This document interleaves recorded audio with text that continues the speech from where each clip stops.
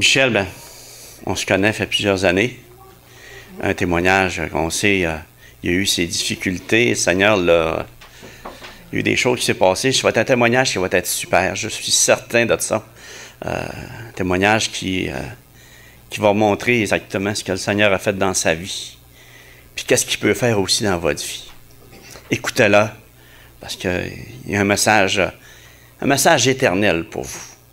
Ça par la gloire de Dieu. Michel. C'est toujours une joie de prendre le temps de s'arrêter, puis de raconter un petit peu le cheminement personnel. Ce matin, même si nous serions 50 dans cette salle, on aurait 50 cheminements différents.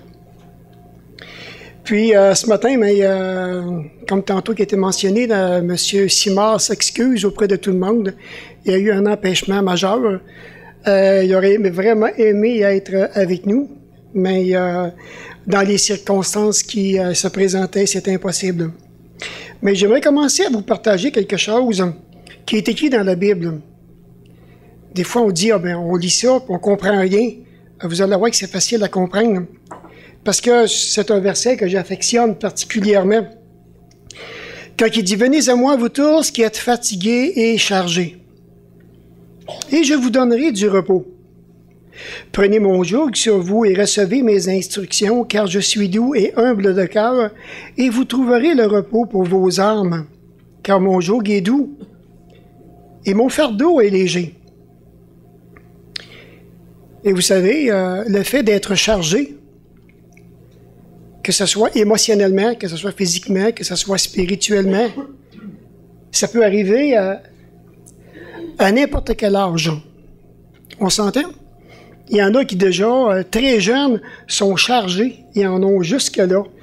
Ils ont des contextes familiales qui est très, très difficiles. J'ai eu la joie de grandir dans une famille vraiment bien. Je suis le premier des gars. On est quatre chez nous. 2 gars, 2 filles. Puis en ce qui me concerne, je me rappelle que j'ai eu la connaissance d'une existence très jeune, élevé dans un foyer vraiment quand même, je vous dirais, très, très équilibré. Mon père n'était pas un homme sévère, ni ma mère, mais ils étaient fermes. Et ça, j'aimais ça. Parce que j'avais besoin d'être dirigé. Mais c'est bien entendu que dans une famille, les choses vont pas toujours bien. Il y a des familles qui vont vivre des hauts et des bas, puis on a vécu, nous aussi, à différents niveaux, différentes petites choses. Et de voir que j'ai connu personnellement la religion à son maximum. En regardant mon témoignage, je me suis dit, j'ai déjà été jeune un jour, croyez-le ou non, mais c'est vrai, j'ai déjà été jeune. Aujourd'hui, c'est plus ça pantoute, mais quand je regarde en arrière, je me rappelle, j'ai connu des années là où quand on regarde les perrons de l'Église catholique, croyez-le ou non, il y avait des gens jusqu'à l'extérieur. J'ai connu ça. Allez pas penser que j'ai 80 quand même, là. Je suis pas rendu là encore, là. Mais de voir que la religion était quand même très, très, très, très forte. J'ai connu aussi, je me rappelle de ces temps-là, là où ce qu'on avait le chapelet en famille. À 7 heures, tous les soirs, si on était en train de jouer, parce qu'on était jeunes, alors, youhou, il est 7 heures, les enfants, venez-vous-en, c'est le chapelet en famille. Et là, maintenant, on participait. C'était quand même, c'était d'époque à l'heure actuelle. Et de voir qu'à très jeune, ma vie déjà était influencée par des choses dans le domaine religieux. Quand on me parlait de Dieu, j'étais très, très attiré. Alors, comme tout le monde, j'ai commencé à aller à la confesse. Parce que je suis rendu à l'âge que je peux aller à la confesse. Parce que je veux communier. Puis pour communier, mais il faut aller à la confesse. Il faut aller rencontrer quelqu'un qui est dans le confessionnal. Et puis arriver, puis commencer maintenant à raconter des péchés de jeunesse. Je sais pas vous autres comment que vous vous sentiez avec ça. Mais moi, personnellement, j'étais très humilié. Je me disais, ça ne regarde que moi. Mais je vais y aller parce que j'ai pas d'autre modèle devant moi. Et puis, c'est comme ça. Alors, je rentre dedans. Puis, dans ce confessionnal-là. Puis, je commence à confesser... j'ai commencé à confesser mes péchés. Alors, le prêtre, il dit, à ce moment-là, je pense que j'avais 14 ans, 15 ans. Bon, il dit, je te pardonne de tous tes péchés, puis il dit, pour ta pénitence, tu vas aller faire 2 chemins de croix. OK?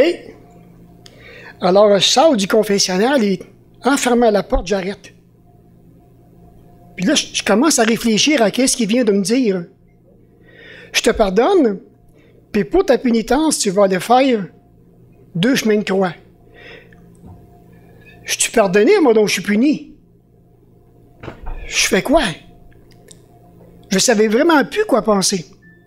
Je suis pardonné, moi, donc je suis puni. Alors, je vous dirais que par principe de conscience, je me suis dit, je m'en vais aller faire maintenant mes 2 chemins de croix par principe de conscience. Et puis, sûrement que lorsque mes deux chemins de croix seront faits, mais je serai pardonné. Donc, j'ai pas le choix. Et à partir de là, c'est ce que j'ai commencé à faire. Et maintenant, dans cette jeunesse, parce que j'ai vécu quand même une jeunesse assez bien, et lorsqu'on était au chalet, on avait un cimetière qui était pas loin. Et puis, pour une des premières fois, je m'en vais dans le cimetière et puis je suis attiré par quelque chose qui m'attire vraiment. En premier, je regardais ceux qui étaient décédés. Ça faisait 100 ans, 150 ans. Caroline, ça n'a pas de bon sens.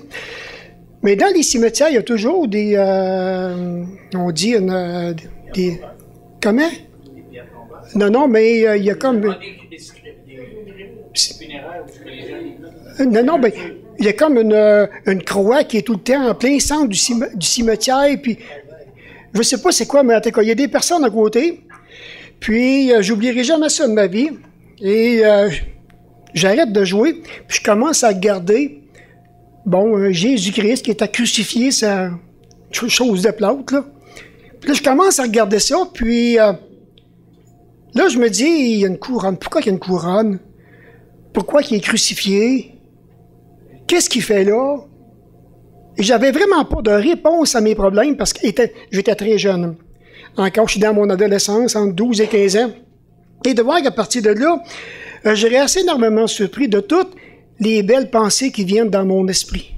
Je regarde ça, puis je vis quelque chose intérieur que j'avais jamais vécu, juste à regarder une croix de plâtre qui symbolisait le Seigneur Jésus. Alors, je regarde ça, mais... OK, là, je vais continuer à jouer, mais je ne sais pas combien de temps que je suis resté devant cette croix-là en train de regarder, et parce que j'appréciais tellement les pensées qui venaient dans mon esprit. Et de voir qu'à un moment donné, mais un jour, je suis à la maison, et tantôt je vous ai partagé d'un verset, « Venez à moi, vous tous qui êtes fatigués, chargés ». Et dès l'âge de 12 ans, j'ai commencé à être chargé de quelque chose qui me hantait continuellement. Alors, un soir, je suis couché, puis je commence à penser à la mort. 12 ans. Et plus que j'y pense, plus que j'ai peur, puis plus que je commence à manquer de souffle, j'ai 12 ans. Et là, je sors de ma chambre, puis ma mère, elle dit, voyons, elle dit, qu'est-ce que t'as? J'ai dit, je sais pas qu'est-ce qui se passe, mais j'ai dit, j'ai tellement peur de mourir. Ben voyons, elle dit, Michel, elle dit, arrête de penser à ça, puis elle dit, va te coucher, puis arrête de penser à ça. T'arrêtes pas de penser à ça du jour au lendemain. Alors, je me rappelle que j'ai été me coucher, mais ce soir-là, je me suis endormi tellement nerveusement, et croyez-moi que j'avais hâte de me réveiller le lendemain pour savoir si j'étais vivant ou si j'étais pour mourir. Alors, et de voir que après cette période-là, donc j'ai passé à me questionner. Et là, maintenant, quand j'ai commencé à penser à la mort, je me suis dit, ce qui me faisait vraiment du mal, je me suis dit, c'est tellement cruel c'est tellement dur. Puis pourquoi que moi, maintenant, qui est en pleine forme, en pleine santé, comment ça se fait? Puis je disais à mon père, comment ça se fait que je peux me lever et tomber à pleine face? C'est terminé. Il dit, Père, je dis, c'est plate la vie, là. C'est vraiment plate. Si c'est ça la vie, là, de venir ici et puis de tomber en pleine face à n'importe quand, j'ai dit, qu'est-ce qu'on fait ici? Qu'est-ce qu'on fait? J'ai dit, Père, je dis, est-ce que tu pourrais vraiment m'aider à comprendre ces choses-là? Mon père, il dit, Michel, il dit, tu me poses des questions, il dit, auxquelles moi-même, je me pose ces questions-là, puis je trouve pas les réponses. Il dit, je le sais pas. Qu'est-ce que je devrais te dire? J'ai pas de réponse. Mais à ce moment-là, moi, je ne savais pas que Dieu avait mis dans le cœur de l'homme la pensée de l'éternité. J'étais pogné avec ça. Je suis pogné avec une pensée que Dieu a mis au plus profond de mon cœur, au plus profond de tous les hommes, la pensée de l'éternité. Je peux pas nier cette réalité-là. C'est là. Et je sais qu'un jour que je vais mourir, mais ça m'intriguait tellement. La mort m'attirait et surtout le pourquoi que je vais mourir. Puis je parvenais jamais à avoir les bonnes réponses. Je savais vraiment pas quoi regarder, quel livre qui pourrait enfin m'orienter, qui pourrait enfin me donner des réponses. Absolument rien. Alors, mais un jour, je travaille avec une équipe d'hommes. Il y a un gars qui vient me voir. Il me pose la question. Michel, il dit, toi là, il dit, t'es-tu sauvé? Moi, à ce moment-là, je suis trop gêné pour demander, mais qu'est-ce que ça veut dire être sauvé? Alors, je lui réponds, 50-50. Oui, je pense que je me situe là-dedans ça, là. Puis, je pense vraiment que... Ouais, je pense que, oui, ben 50-50. Ça reste là, je n'étais pas capable du tout de déterminer. Et lui, je me rappelle que lui, à ce moment-là, il était nouveau chrétien.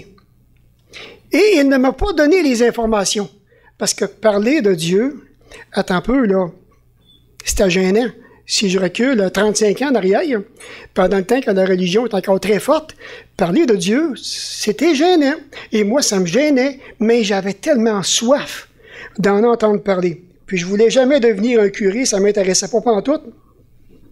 Et de voir que maintenant, on a travaillé ensemble pendant, je pense, c'est sur une période de 5 ou 6 mois. Et puis, il a vraiment cultivé le cœur. Il me disait des belles vérités. Puis toutes les fois que je l'entendais parler, c'était plus fort que moi. Dis-moi tout ce que tu as à dire, là.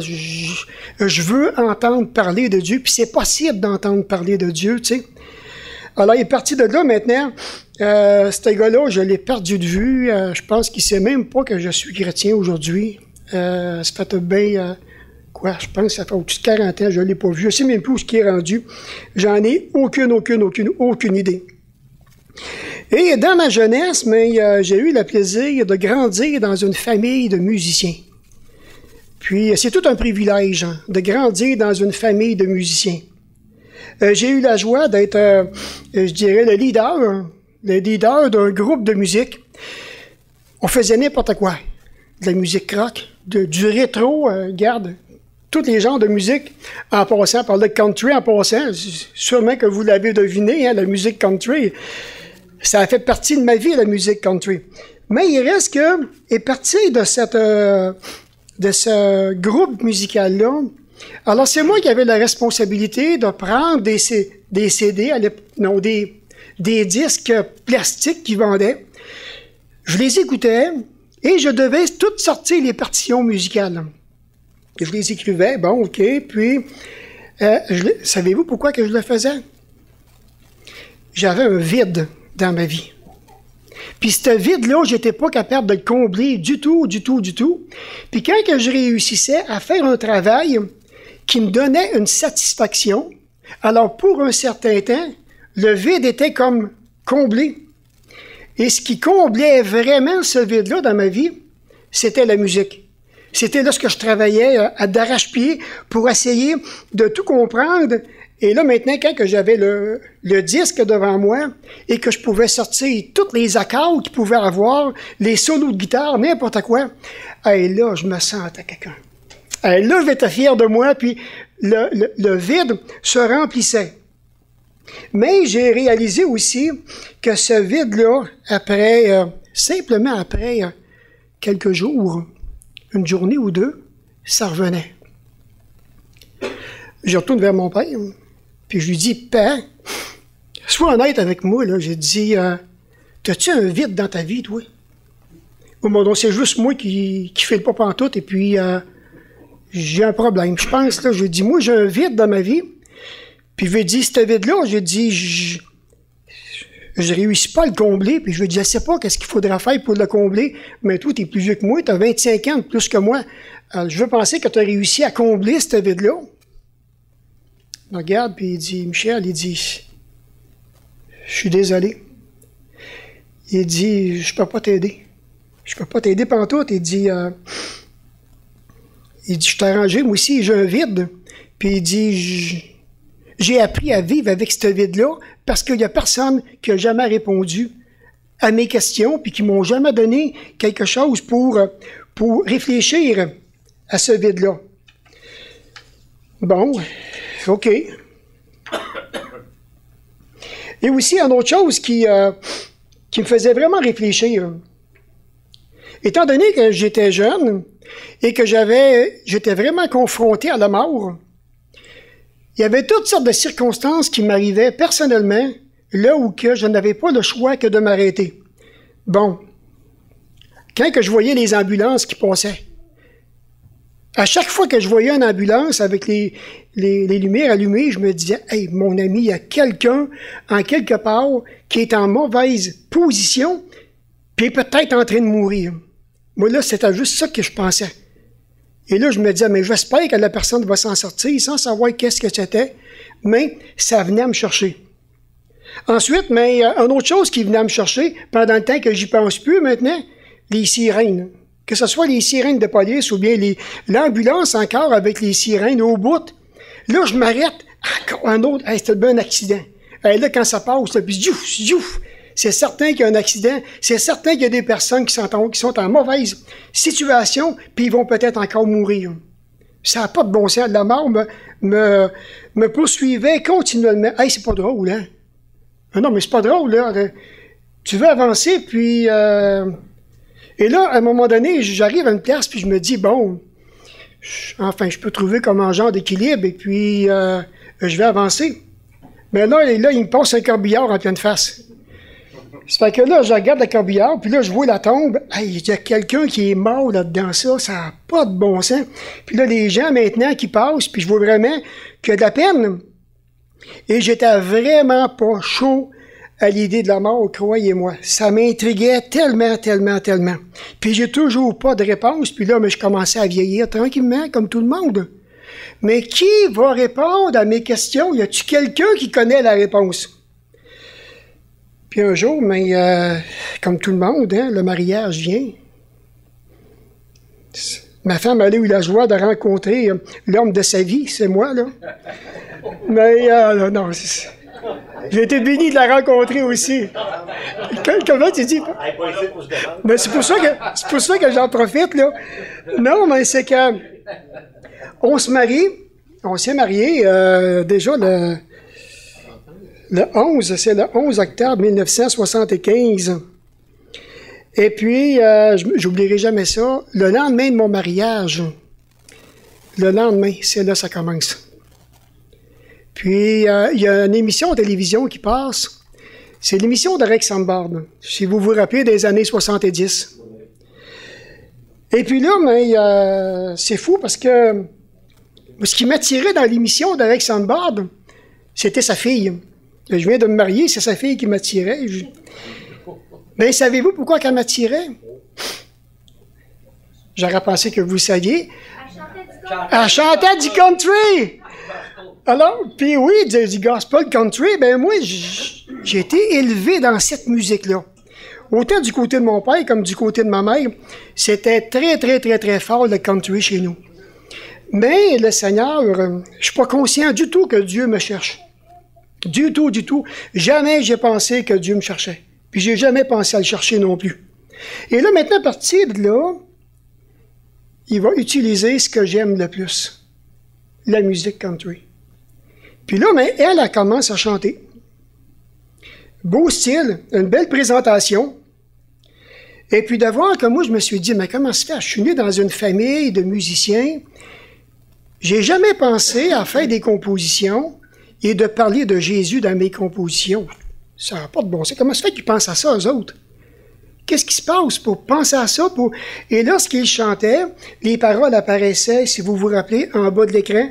C'était francisé. Puis j'écoutais. Je regardais ça. Ça attirait tellement mon attention. Je me rappelle d'avoir dit à mon épouse, qu'est-ce que tu dirais si toutes les semaines, on va se lever, là, puis on va écouter cette émission-là d'Eric Sambard. J'ai dit, moi, ça m'intéresse. Ben, dis-moi aussi, ça m'intéresse. Alors, à ce moment-là, maintenant, on a commencé à être très fidèles. On mettait le cadran, je jouais de la musique dans les clubs. Je finissais vers les 2 heures la nuit. Et le dimanche matin, on mettait le cadran, on se levait, l'émission passait, je me rappelle, de 11h à midi, on écoutait Eric Sambard. J'aimais ça, j'aimais ça. Mais je n'aimais pas l'entendre parler. Moi, c'était sa fille que je voulais qu'il monte-moi là, puis qu'elle puisse vraiment me réjouir les oreilles. Puis, et là, on a écouté l'émission pendant 2 ans de temps. Fidèle, fidèle, fidèle. Mais maintenant, c'était une émission à savoir évangélique. Et de voir que Eric Sambard, à un moment donné, rendu à la fin de son message, il disait, repentez-vous. Repentez-vous. Au début, ça me passait à 100 pieds par sa tête. Mais à force d'écouter, repentez-vous, puis repentez-vous, puis repentez-vous, mais ça veut dire quoi, repentir? Je ne sais pas qu'est-ce que ça veut dire à ce moment-là, mais je sais une chose. Ça m'agace drôlement les oreilles. Tellement que je veux même plus l'entendre.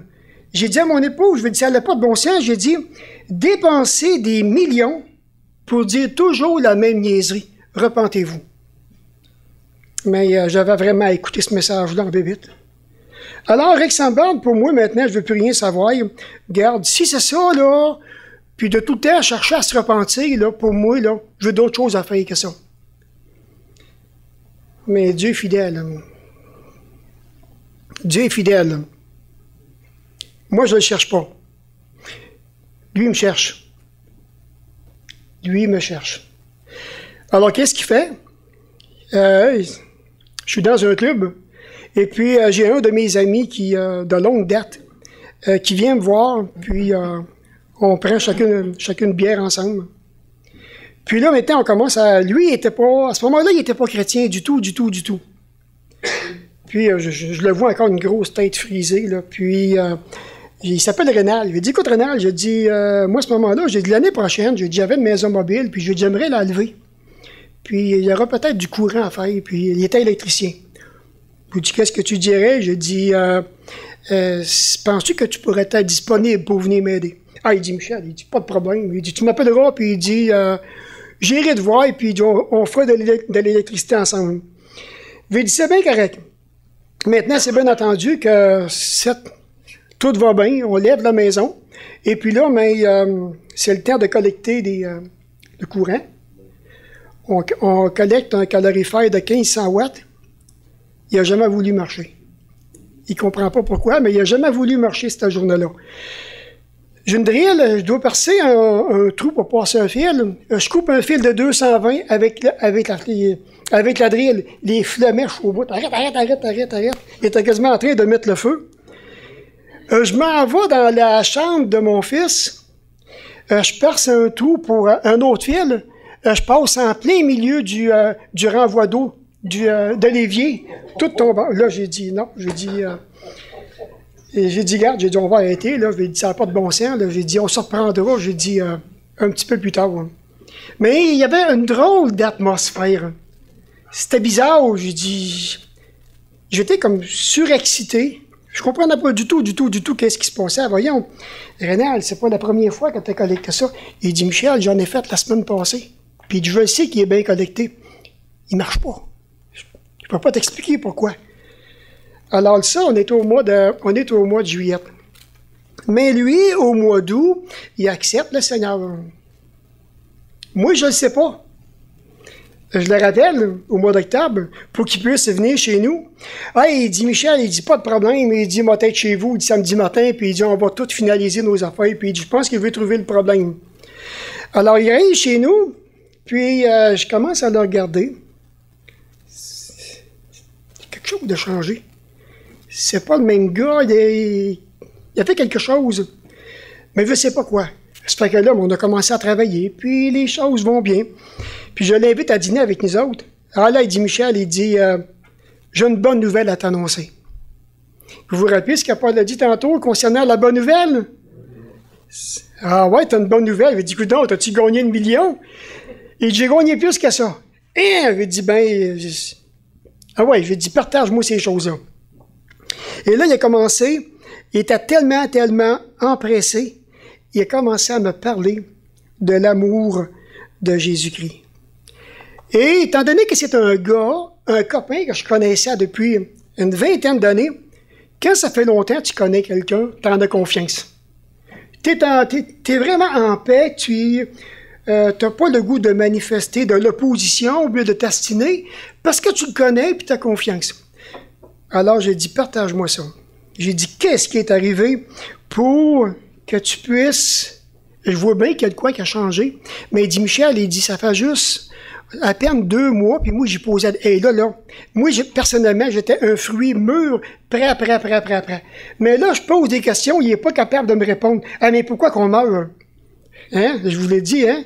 Ça fait... Là, je suis rendu, je pense, à 26 ans. Dans ce temps-là, je pense 25, 26 ans. Pourquoi qu'on meurt? Es-tu capable de me le dire? Ah! Il dit, je ne sais pas pourquoi. Il dit, garde, il dit, si tu veux, il dit, je vais venir lundi avec le pasteur, puis il dit, tu pourras lui poser les questions que tu voudras. Ben oui, j'ai dit, j'aurais vraiment besoin. J'ai dit, moi, je veux comprendre. Si advenait que tu me donnes mes réponses, mais à ce moment-là, j'ai dit, je vais commencer vraiment à te prendre au sérieux et à te croire. Et puis le lundi, mais comme des fêtes, le pasteur se présente chez nous. Première fois que je reçois un pasteur chez nous, je ne sais pas c'est quoi. Et je suis un petit peu nerveux, puis je pense pas mal nerveux. Mais quand j'ai vu Rénal qui est rentré avec, ah ça, pas de problème, c'est mon chum, j'ai confiance en lui. Alors je suis venu très calme. C'est spécial, hein? Je suis venu très calme. Et là, mais je me suis dit à un moment, ben Michel, prends le temps d'écouter ce qu'il a à dire. Et puis, si ça va, OK? Puis si ça va pas, on va arrêter là. Alors maintenant, lui, ce pasteur-là, il commence à me parler d'un beau verset. Ah, je pense que c'est un des versets, même, je pense que c'est le plus beau de tout l'Évangile. Je sais qu'il y en a qui le connaissent, là. Il y en a qui le connaissent par cœur, ça, j'en suis convaincu. Mais je veux vous lire, juste pour vous dire que ça vient de la parole. C'est le Seigneur Jésus qui parle ici. Il dit, car Dieu a tant aimé le monde qu'il a donné son Fils unique, afin que quiconque croit en lui ne périsse point, mais qu'il ait la vie éternelle. Il dit, comprends-tu ça? Il dit, non, je comprends absolument rien. J'ai dit, il va falloir que tu me l'expliques. Alors maintenant, il commence en disant, mais car Dieu a tant aimé le monde, mais il dit, c'est qui le monde pour toi? Alors j'ai fait comme tout le monde. C'est tout le monde. Oui. Puis là, il dit, il y a d'autres choses. Ben non, je lui dis, tu me poses la question. Je lui dis, c'est tout le monde. Mais il dit, toi, il dit, te vois-tu dans le monde? Et ça me parlait en bébite. Hey, j'ai dit comme ça, j'ai dit, ben oui, je fais partie du monde, je suis dans le monde. Ben oui, je comprends ce que tu veux dire. Bon, il dit, est-ce que tu es d'accord qu'on mettrait ton nom? Il dit, pour comprendre, parce que vu que tu es dans le monde, puis tu fais partie du monde, es-tu d'accord? Il dit, pour bien comprendre, on va mettre ton nom. Car Dieu a tant aimé Michel. Ah, mon ami, ça m'a touché. Ça m'a viré le cœur à l'envers. Dieu m'aime. J'ai jamais entendu ça de toute ma vie. Il n'y a aucun prêtre qui a dit que Dieu nous aimait. Du tout, du tout. Mais comment se fait qu'on ne sait pas ça, ces choses-là? Mais il dit, regarde, on va continuer. Il dit, parce que Dieu t'aime, qu'est-ce qu'il a fait? Il dit, la réponse est écrite, qu'il a donné son Fils unique. Hey, Dieu m'aime à ce point-là qu'il a donné Jésus-Christ. Mais pourquoi qu'il a fait ça? Mais il dit, continue, c'est écrit. Ah ouais? Il dit, quand tu vois, afin que, là, c'est tout le temps le but du verset. Afin que quiconque. Puis il dit, quiconque, c'est qui pour toi? C'est n'importe qui? Je me vois pas encore dedans, là. Oui? Puis là, il me pose la question, est-ce que toi, tu fais partie des quiconques? Ben oui, j'ai dit, ça serait logique que je fasse partie des quiconques, moi, là. Alors, si tu fais partie des quiconques, es-tu d'accord qu'on mette ton nom pour bien comprendre? C'est OK. Il dit, lis-les. Car Dieu a tant aimé Michel qu'il a donné son Fils unique afin que quiconque, que Michel croit en lui. Wow! Ça a cogné. Donc, je lui dis, je t'ai appelé à croire en Jésus. Pourquoi? Pour quelle raison? Il dit, c'est écrit, afin qu'il ne périsse point, mais qu'il ait. C'est qui le qu'il? C'est encore moi. Et là, je me suis arrêté, afin qu'il ait la vie éternelle. Et là, je l'ai tout lu d'une frappe. Car Dieu a tant aimé Michel qu'il a donné son Fils unique, afin que Michel croit en lui, ne périsse point, mais que Michel ait la vie éternelle. Vous n'avez pas d'idée comment que ça m'emballait. Ça m'emballait tellement. Mais tu m'as toujours pas dit pourquoi m'en mourir, par exemple. Je ne sais pas pourquoi m'en mourir. Ça me fatigue. Je vais avoir la réponse. Ça fait des années que je cherche cette réponse-là. Il n'y a personne qui me l'a dit. Ça fait que là, moi, dans le cœur, c'est la pensée qui tourne dans mon esprit. Mais ça me fait penser lorsque Jésus dit « Pourquoi avez-vous de telles pensées dans vos cœurs? » Ça m'a réconforté parce qu'aujourd'hui, je peux le dire, le Seigneur savait qu'est-ce que moi, là, ce qui se passait là. Lui, il le savait. Mais j'étais gêné pour poser la question. Alors, le pasteur, il dit je vais te lire un autre verset. OK? Il dit oui. Il dit, c'est pourquoi, comme par un seul homme, le péché est entré dans le monde et par le péché, la mort. Et qu'ainsi la mort s'est étendue sur tous les hommes parce que tous ont péché. Hey, j'ai dit, c'est à cause de ça, j'ai dit qu'on meurt. C'est à cause du péché.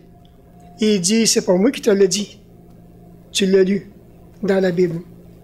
Et partir de là, mais le péché, il dit, te reconnais-tu pécheur? Jamais de la vie. Il dit, moi, pécheur, qu'est-ce que tu fais là? Il dit, tu te reconnais pas un pécheur? Ben non, mais il dit, je comprends pas ton langage. Là. Il dit, moi, tu me parles à soir, là. Moi, je te parle vraiment terre à terre, puis toi, tu me parles à un autre niveau. J'ai jamais été en contact avec l'Évangile. Alors, faut que tu m'expliques ça à quoi qu'il faut que je m'atteigne. Mais il arrive, il dit, le péché, il dit, t'as jamais menti une fois dans ta vie?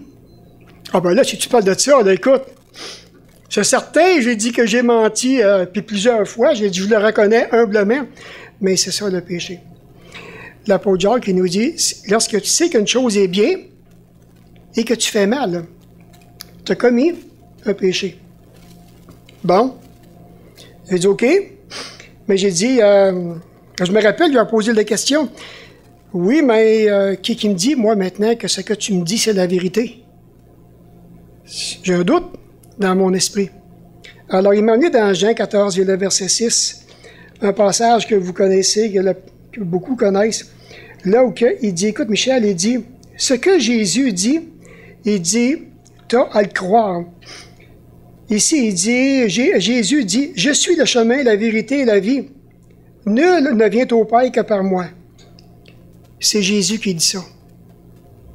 Donc, ça veut dire qu'avec Jean 3,16, si je crois en lui, puis Jésus il dit qu'il est le chemin, donc, si je comprends bien, c'est pas une question de religion. Il dit, c'est parfait, tu as bien compris, c'est pas la religion. Ça veut dire que si je me tourne vers Jésus-Christ, que je crois en lui, comme tantôt que j'ai lu dans Jean 3,16, il me donne la vie éternelle. Puis il n'y a pas d'autre moyen d'aller au ciel que par Jésus-Christ. Effectivement, c'est ce qu'il dit ici. Il n'y a pas d'autre moyen du tout. Et là, à partir de là, maintenant, j'ai vraiment compris l'importance de la repentance. Ce que je ne comprenais pas lorsque Rex Sandbard prêchait maintenant la repentance, je ne la comprenais pas du tout. Mais je me rappelle d'une chose, par exemple. Après avoir passé 2 ans sans écouter Rex Sandbard, je me mets à le réécouter un dimanche après-midi parce que l'heure était changée. Alors, je rouvre la TV, c'était Rex Sandbard qui était là. Et là, j'ai commencé, là, je me suis dit, ça fait 2 ans que je ne l'écoute pas. J'espère qu'il a changé son message à moi-même, parce que son message m'agaçait vraiment. Et puis, là, je me suis dit, mais s'il est encore là, c'est parce qu'il y a quelque chose de bien important que je n'ai pas compris. Et je commence à écouter. Puis, je saisissais quelques brides. Mais il avait changé son appel. Il disait plus « repentez-vous ». Bon, ça commence, c'est plus relaxant, c'est plus... Mais il disait une chose, par exemple, il dit que tous ceux et celles qui veulent venir à Jésus-Christ, il dit, là où vous êtes, levez la main et Dieu vous voit. Moi, je suis dans la maison, chez nous, ma femme était à côté de moi. Elle commence à regarder partout, hein, et Dieu me voit. Mais j'ai un problème. J'ai un problème. Je suis bien trop orgueilleux pour lever ma main devant ma femme. Ça peut-tu se lever? Ça peut-tu se lever? Comme de fait, elle se lève pour aller chercher un verre d'eau. Puis pendant le temps qu'elle va chercher un verre d'eau, moi je suis là, puis je lève la main. Puis en attendant, je regarde là parce qu'elle est là, puis je veux pas qu'elle me voie. Fait qu'elle vient s'asseoir à côté de moi. J'ai fait ça pendant un gros mois de temps, en train de lever la main comme un vrai fou, puis je voudrais, hey, je veux, puis tu sais, tu me vois.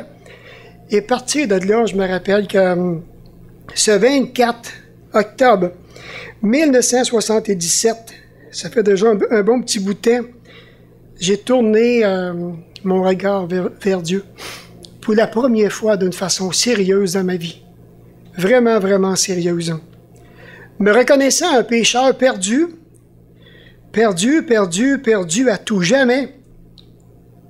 Et de voir maintenant que Dieu me cherchait, Dieu m'aimait, Dieu m'a démontré son amour, il m'a donné Jésus-Christ.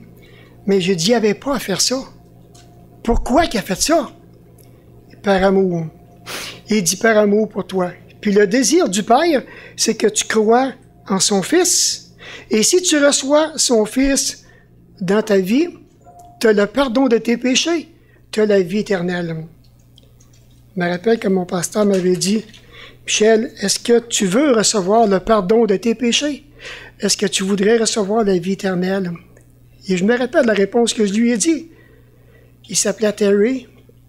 J'ai dit Terry, j'ai dit un fou dans une poche. J'ai dit, je suis vraiment fou si je ne saisis pas cette occasion-là. Puis ça me coûte rien à moi. J'ai seulement qu'à demander, puis il me le donne. Puis je suis entièrement pardonné de tous mes péchés. J'ai-tu une pénitence à faire?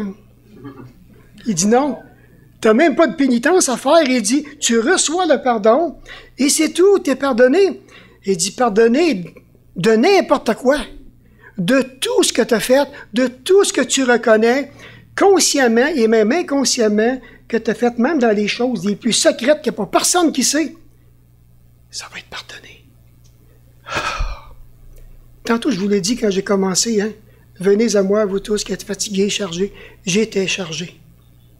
J'ai pas pourtant fait une vie de débauche. Du tout. J'étais le style de gars bien tranquille, mais j'étais coupable. J'étais perdu dans mes péchés. Et à ce moment-là, mais dans une simple prière de repentance, j'ai reconnu humblement, parce que j'ai reconnu une chose. Accepter Jésus-Christ, ça prend beaucoup d'humilité, de reconnaître qu'on a péché. Parce que l'orgueil veut dire le contraire. Ah, voyons donc, c'est normal. C'est pas normal pantoute. Le péché, c'est... je nageais dans le péché. Je nageais. À ma manière, à moi, mais j'y nageais. Et j'avais vraiment besoin d'être pardonné. Alors, ça prend beaucoup d'humilité, reconnaître que je suis un pécheur, que je suis perdu et que j'ai besoin d'être pardonné, le sang de Jésus nous purifie de tout.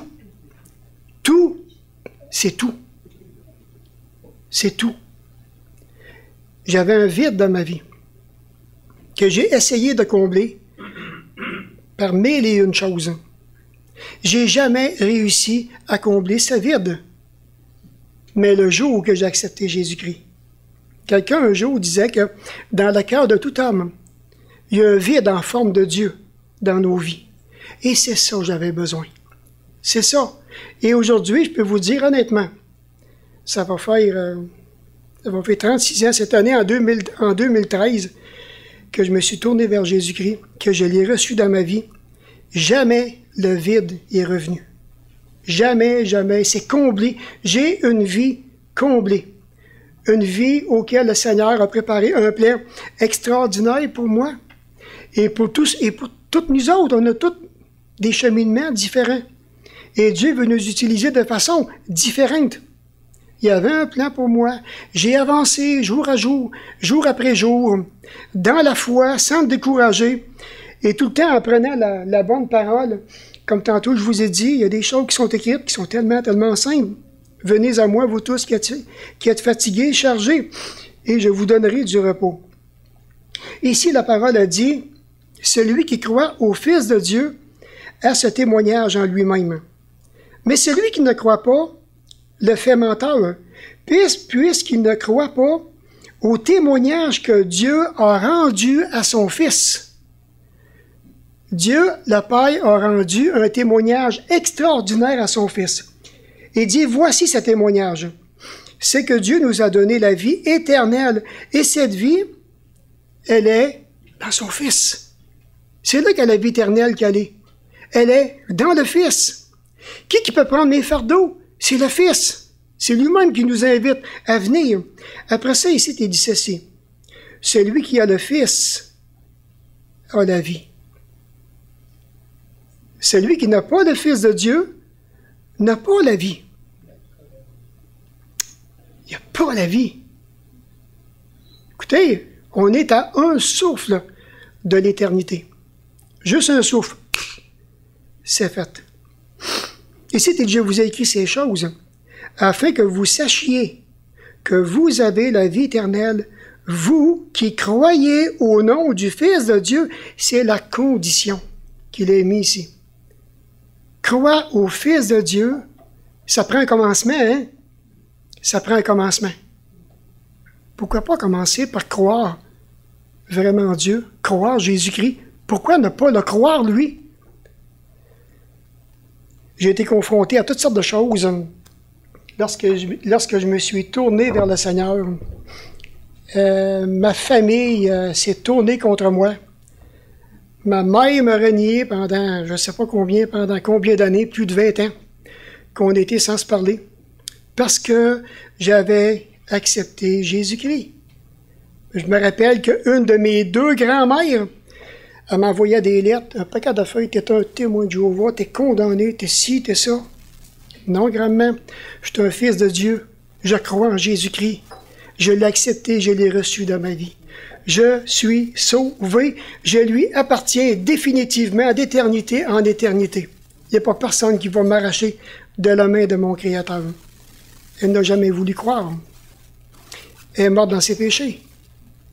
Perdue d'éternité en éternité.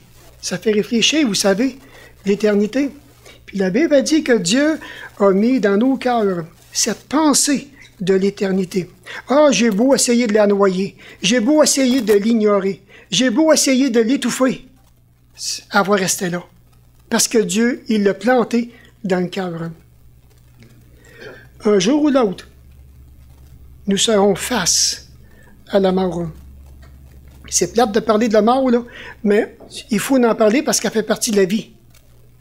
Et à partir de ce moment-là, le jour qui va arriver, savez-vous où vous serez pour l'éternité? Avez-vous vraiment cette conviction profonde-là? Pas de dire, j'ai le feeling, j'ai un feeling, ou bien comme je vous disais au début, hein, 50-50, 50-50. Non. Aujourd'hui, je ne suis pas convaincu à 50-50. Je suis convaincu à du 300% aujourd'hui. Pourquoi? La parole me le dit. Pourquoi? Ma vie a changé. Puis ma vie, même encore, après toutes ces années, continue encore à changer. Je demande à tous les matins, quand je rouvre la parole, Seigneur, donne-moi assez d'humilité pour prendre ta parole et la mettre en pratique dans ma vie. Parce que c'est une parole qui est vivante, qui est efficace, qui est tranchante, qui fait du bien pour tous les humains, pour tous ceux qui sont chargés, pour tous ceux qui sont fatigués, pour tous ceux qui ont le cœur brisé. Je l'avais. Je l'avais. Pour tous ceux qui ont le cœur vide, je l'avais. Et le Seigneur a tout restauré. C'est impensable. Il me donnait un espoir éternel. Et je sais quand il va venir, je ne sais pas quand il va venir, je ne sais pas non plus quel est le jour de ma mort, mais je sais où que je m'en vais, par exemple. Ça, je le sais. Non seulement moi, mon épouse aussi, mes 2 enfants. On est en train de travailler au cœur des petits-enfants parce qu'on aimerait ça. On aimerait ça que toute la famille, que nous puissions être ensemble, d'éternité en éternité. Et pour être ensemble, d'éternité en éternité, le Père Céleste pointe constamment son Fils, Jésus-Christ. On veut savoir c'est quoi la bonne nouvelle de l'Évangile? Le désir du Père, c'est que chacun de nous puisse reconnaître humblement que nous sommes perdus dans nos péchés et qu'on a besoin de venir au Seigneur Jésus, de lui demander pardon et qu'il prenne ma vie telle que je suis. Il y a un cantique qu'on chantait, hein? Tel que je suis, je viens à toi. Oui, je viens à toi tel que je suis. Tu es en 1000 miettes, tu es découragé de la vie, tu n'as plus d'espoir, tu es tanné, et je dirais même tu es écœuré de tout. Il y a encore de l'espoir. Là où que le Seigneur peut changer tout ce cœur-là, te donner un avenir, te remplir de son amour, de sa paix, de sa joie, de te donner une espérance vivante qui va durer d'éternité en éternité. Je ne sais pas si l'éternité vous intéresse. J'en ai aucune idée. Une éternité dans la paix, dans la joie, dans le bonheur, avec Dieu, là où il n'y aura plus de fardeau, il n'y aura plus de peine, il n'y aura plus de tristesse. Ça va être seulement joie, bonheur, d'éternité en éternité. Ça m'intéresse. Et je sais que je serai là. Mais vous, serez-vous là? Serez-vous réellement là? Dites-vous bien une chose, que tant et aussi longtemps que vous êtes vivant, c'est aujourd'hui. La Bible a dit que c'est aujourd'hui le jour du salut. C'est aujourd'hui que vous devez prendre une décision pour votre éternité. Puis moi, je vous dirais amicalement, ne jouez pas avec votre éternité. Aujourd'hui, vous entendez le message de l'Évangile. Vous entendez l'appel de Dieu qui vous appelle à venir à lui, à venir au Seigneur Jésus, à croire en lui, à mettre votre foi en lui, à vous tourner vers lui. Qu'allez-vous décider? Moi, je ne peux pas prendre cette décision-là pour vous. C'est à chacun de nous de prendre cette décision et de venir à Jésus tel que nous sommes. Vous n'aurez pas de pénitence à faire, croyez-moi. Non, c'est certain que suivre Jésus-Christ, c'est pas facile, je vous le dis tout de suite. Si vous pensez que la vie chrétienne est facile, je vous mentirais. Parce qu'on est dans le courant. Et puis on lutte contre le courant. On veut marcher contre le courant. Il y a un prix à payer pour devenir chrétien. Le prix de la consécration. Et je vous mentirais si je vous dirais que la vie chrétienne est facile. Je vous le dis tout de suite, elle est très difficile, la vie chrétienne. Très, très difficile. Mais c'est la plus belle vie qu'un homme peut avoir ici-bas sur cette terre. Parce qu'elle vaut vraiment la peine d'être vécue, cette vie-là, lorsque le Seigneur s'empare d'un cœur et qui va le changer et qui va lui donner la force, les énergies, jour après jour, pour affronter les épreuves de la vie, pour affronter les obstacles, pour être ferme sans être découragé. Accepter Jésus-Christ, c'est facile. Mais le suivre, je vous le dis tout de suite, c'est pas facile. C'est très difficile suivre le Seigneur Jésus-Christ, marcher dans ses traces et l'avoir comme modèle de notre vie. Très difficile. Impossible? Non, c'est possible. C'est possible, parce que le Seigneur peut rendre toutes ces choses-là possibles. Et la preuve est là, vous avez des gens dans cette salle qui sont comme moi, que ça fait des années qui sont là, puis qui continuent. Puis il n'est pas question de lâcher. Il n'est pas question que j'abandonne mon Dieu. Il n'est pas question que je lui tourne le dos. Jamais, jamais, jamais. Jamais je ferai ça. Il y en a trop fait pour moi. Alors moi, je veux vraiment vous encourager ce matin. Je vais inviter Gilles à avancer. Il va faire un appel. Il va vraiment vous amener pour que vous puissiez, s'il y en a parmi vous qui aimeraient dire, Seigneur, regarde, je veux juste te tendre ma main. Puis je te demande simplement de prendre ma main, s'il te plaît. Et le Seigneur va la prendre, cette main-là. Il va la prendre. Et si vous désirez le connaître, je vous dirais gentiment encore, prenez sa parole, lisez-la, et vous trouverez, vous comprendrez. Je ne me pose plus de questions aujourd'hui. Concernant mon salut, concernant ma destination éternelle, je sais quelle place que je m'en vais. Quel repos! Quel repos! Ça vous est offert aussi. Pensez-y. Amen, amen. Merci, Michel. On va inviter les musiciens. Quel beau témoignage! Vraiment montrer ce que le Seigneur peut faire dans nos vies. Michel a parlé de beaucoup de choses. Le salaire du péché, c'est la mort. Pourquoi qu'on meurt? Le salaire du péché, c'est la mort. Je pense que tout a été dit, hein? Tout a été dit. La seule chose qui reste à faire, c'est qu'est-ce qu'on fait avec? Qu'est-ce qu'on fait avec Jésus-Christ?